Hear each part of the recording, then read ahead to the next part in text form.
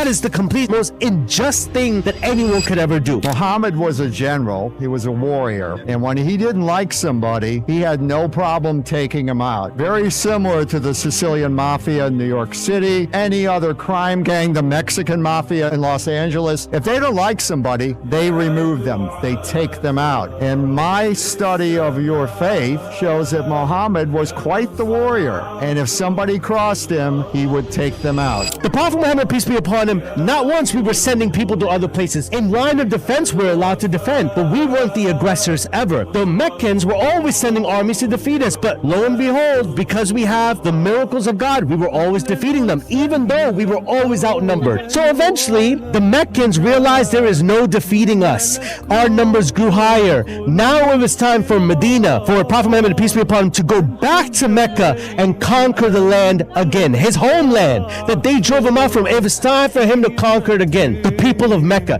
He comes there with his army. He comes there with his troops. Everyone there. An army marching in. They left in small numbers. They're back over here to take over the land. The people of Mecca, they are shaking in their boots. They're like, what is this man gonna do to us? They thought it was over. GG's, Ken. They thought that is done, because that's what happens in war. When people take over, they R-word the women, they kill the people, they destroy the lands, they destroy the buildings, but that is not what happened. When he arrives there with his army, thousands of people now, went in small numbers. Now he's coming back ready to conquer the land. These people believe that he is about to. They're done. He comes there, gets off of his horse. He gives a State of the Union address to the people right now. That I am going to tell you, anyone who would like to become a Muslim, you are free. Anyone who would like to stay in the religion, you are free to go. They don't teach us that in the books, do they? They don't. Because they want to paint him as a specific way. And that's like learning about black history from a white supremacist. Oh, I'm sorry, but they're gonna skew the perception and warp